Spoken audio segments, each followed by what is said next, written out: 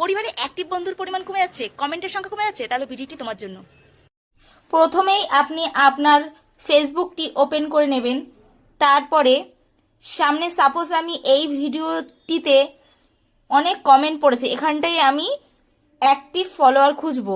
দেখতে পাচ্ছেন বন্ধুরা, এইটায় একটা নীল সার্কেল আছে আর এইটায় নেই, তার মানে এই দিদিভাই অ্যাক্টিভ। তাহলে আমি ঢুকে দেখবো দিদিভাইয়ের প্রোফাইলে।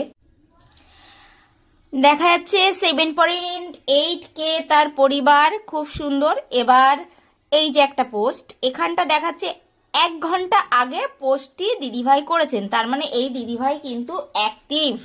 তাহলে দিদিভাইকে আমি একটা কেয়ার ইমোজি করে দিলাম। এবার একটা কমেন্ট করব, শর্টকাট কমেন্ট।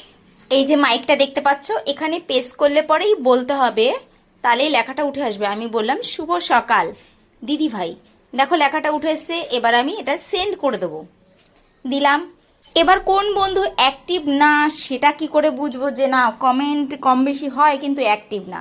তাহলে দেখো এখানটাই দিদিভাইয়ের পরিবারেই আমি দেখতে পাবো এই গোল সার্কেল আছে। হ্যাঁ, দেখাচ্ছে যে এ অ্যাক্টিভ হতে পারে। হ্যাঁ ঠিক আছে, এ অনলাইন আছে। আচ্ছা ঢুকলাম। এবার এই দাদা ভাইয়ের পরিবারে 3.2K পরিবার তার। আচ্ছা ঠিক আছে, এবার একটা জিনিস দেখব, দাদা ভাই লাস্ট পোস্ট 25 মে, মানে দাদা ভাই কিন্তু অ্যাক্টিভ সেইভাবে না।